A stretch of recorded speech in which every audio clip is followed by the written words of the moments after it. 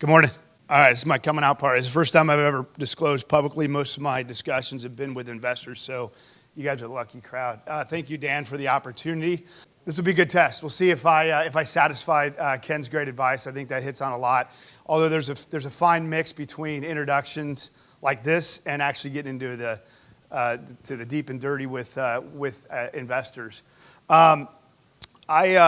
I'm the CEO and founder of NeuraModix. I started this in the beginning of 2016. Prior to that, I spent 13 years at St. Jude Medical. Did a lot of good things, pacemakers, defibrillators, led renal denervation for St. Jude. And in the end, I led the neuromodulation portfolio for St. Jude Medical. We saw this as a glaring opportunity.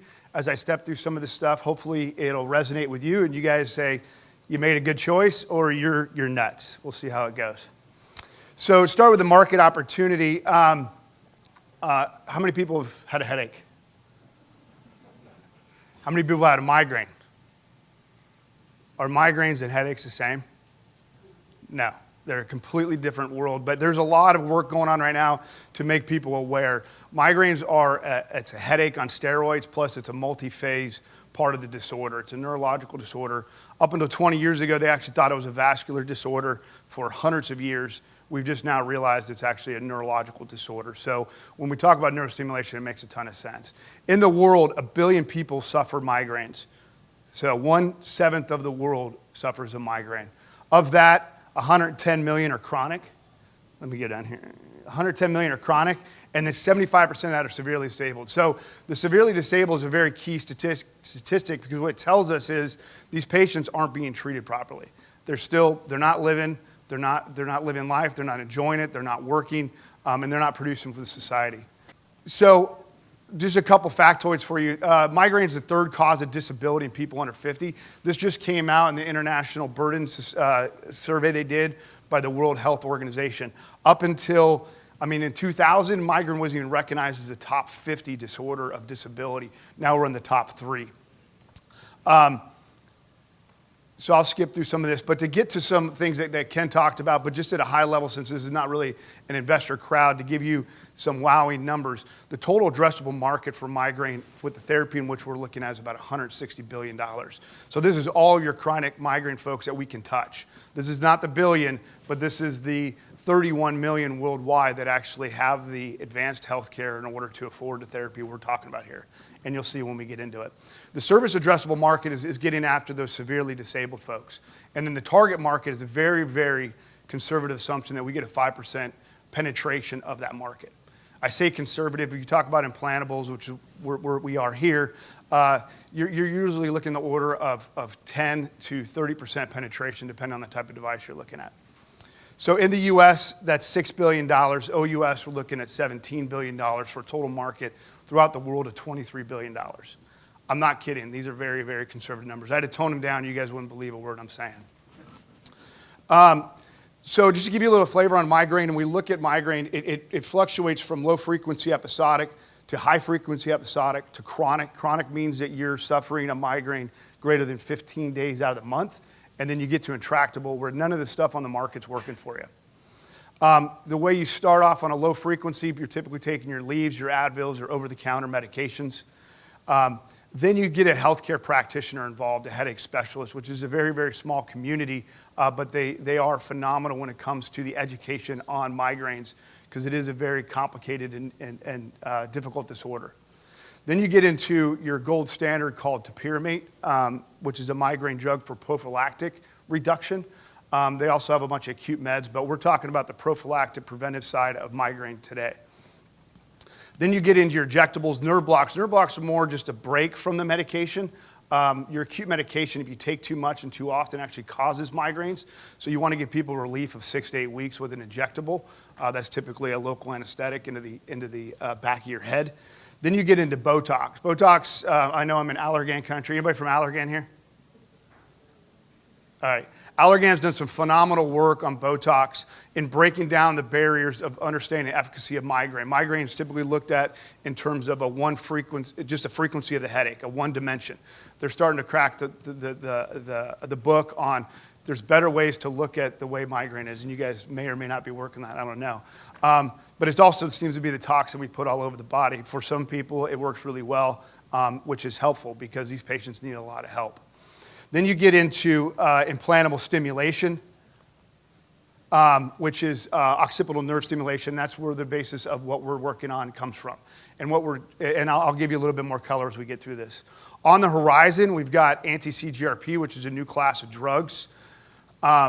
External stimulation, I'll give you a little bit of a purview for. That's typically your transcutaneous electrical nerve stimulation. And then obviously what we're working on, which is next-gen implantable stimulation. I'll show you why that's important. So looking at just a deeper dive into the device therapy around migraine, you start with transcutaneous electrical nerve stimulation. Have you guys ever seen the Cephally device? It's a Star Trek looking thing, and it stimulates the supraorbital nerves on the top of your head, right above your eyebrows. It's really refactored TENS that you can buy at your Rite Aids or CVS. Then you get into electrocore, gamma core, which is stimulating your vagus nerve, which is a nerve that's really the superhighway nerve of your body. It's one of your cranial nerves, and it's buried in your carotid artery. Then you get into autonomic technologies, ATI, and it's a more hybrid approach. It's an implanted electrode, and then you power it externally. It looks kind of like this. It's an external power unit, and the electrode sits behind your nasal cavity and stimulates your SPG. Then on the back of the head, you wear a device called Neura. Every time you have a migraine with aura come on, you'll put a device on, and it's a transmagnetic pulse. And then what we're talking about is off-label stim of occipital nerve stimulation. So you take a spinal cord stimulation unit, which is a typical spinal cord stim. I don't know how many people are familiar with that. They typically put a pulse generator in your upper buttocks, and then they run a wire up your back. They stop in the mid-back in your thoracic region of your spine, stimulate it to block pain, whether it's radicular arm pain or sciatica. For off-label use, what they're doing is they're running it all the way up the back of the head and flowering it out and stimulating the occipital nerve networks on the back of your head. So you have 4 occipital nerves on each side of the back of your head. It's a direct input into your brain relative to the electrical stimulation. So the traditional players working on this, Medtronic's market leader in implantable neurostimulation, Boston Scientific, and then St. Jude Medical, which is now Abbott. All right, so I think what's most important, I don't have a competitive slide deck for you, but our competition is the off-label use of occipital nerve stim. But I think what's most important is how well it works. And so let's talk through that, and it'll show you why this is one of the most important therapies. Topiramate is about 2 days reduction of headache. So this is net from randomized clinical trials. So this is taking your placebo arm minus your sham arm, and it nets about 2 days. So if you're a migraine sufferer, 27 days, this will get you down to about 25. Your NVNS, which is your electrocore gamma core in the neck, gets you to about a day. Our advisors call that seasonal variability. Botox does decent. It comparable to the standard of care. And this, I think, is why they're spending a good amount of time is looking at this in a different dimension, and we'll take a quick look at that as well. CGRP, just north of 2 days. This is a new drug class coming out, an expensive injectable. You get anywhere from 1 month to every 3 months. And then you have occipital nerve stimulation. From this one study was an 18-day reduction in headaches. So this is taking that patient from 27 days down to 9 days, which is a 9x improvement over the standard of care. This is a little bit of tidbit. I had some more information. I had to pull it just for in time's sake. But the one key index that we're looking at and others are looking at is a total composite of how that patient's doing. Not just simply how are you reducing their headaches per day, but what is their total disability? And this is measured in terms of Modix. There's a bunch of other scales, but Modix seems to be the gold standard when it comes to this.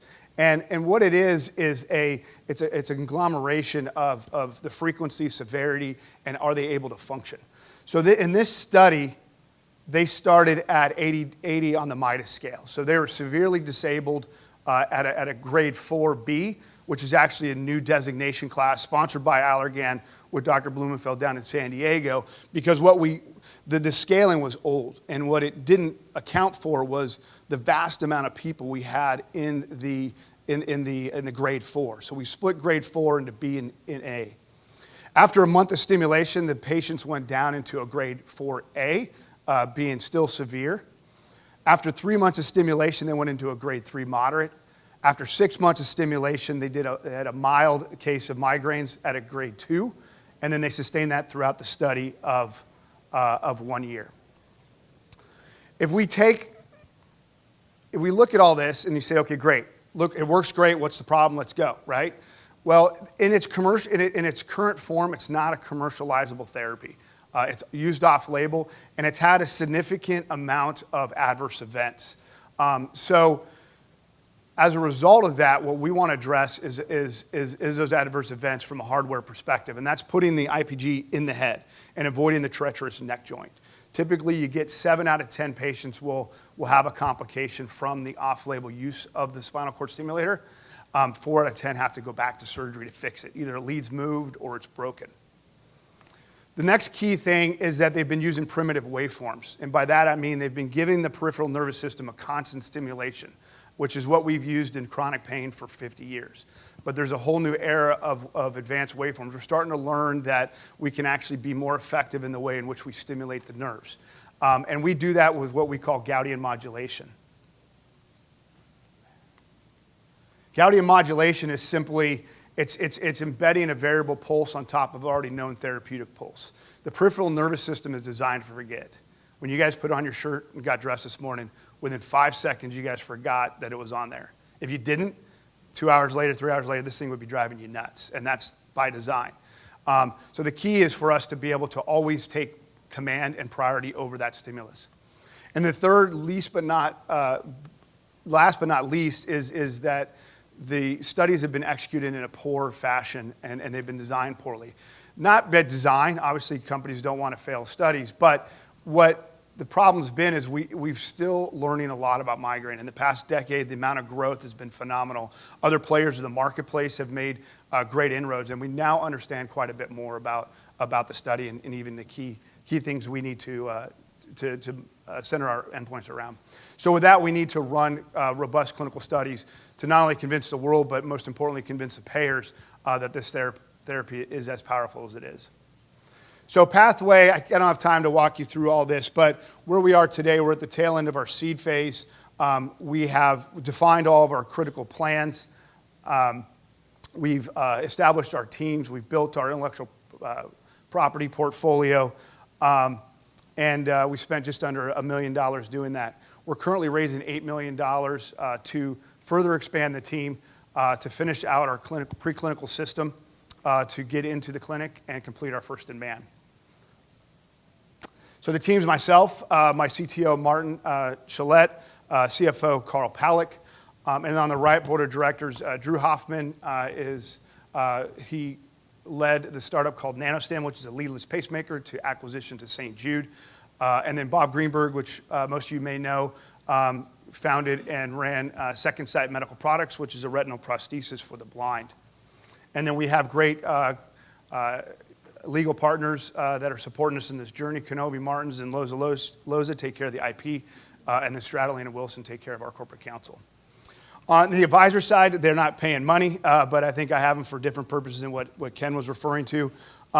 We have 2 medical advisory board teams. The first one is our treating team, which is led by Dr. Matthew out of London. The purpose of this team is to inform our clinical plan and execution. As I mentioned, migraine is a very complicated disorder, and there has been a lot of roadkill over the past 20 years, and it's critical that we navigate this properly, and that's why we've established 6 of the top world renowned leaders in migraine. The second one is the implanting. This team informs our product design and our interventional techniques. This is led by Dr. Slavin out of the University of Illinois, Chicago, who's written the book on peripheral stimulation. I don't know how many people know of Dr. Slavin. So with that, we're ready for liftoff. Hopefully I've convinced you that there's a huge market and unmet need associated with chronic migraine. The market is validated. Doctors are doing this at risk, off-label. Patients are paying out of pocket most of the time, and it is an effective therapy. We believe we have the right product solution in order to make this a mainstream therapy. We have an excellent team in order to be able to execute it, and now we just need some propellant for liftoff. So thank you all for your time. Dan, thank you for the opportunity, and thank you for listening.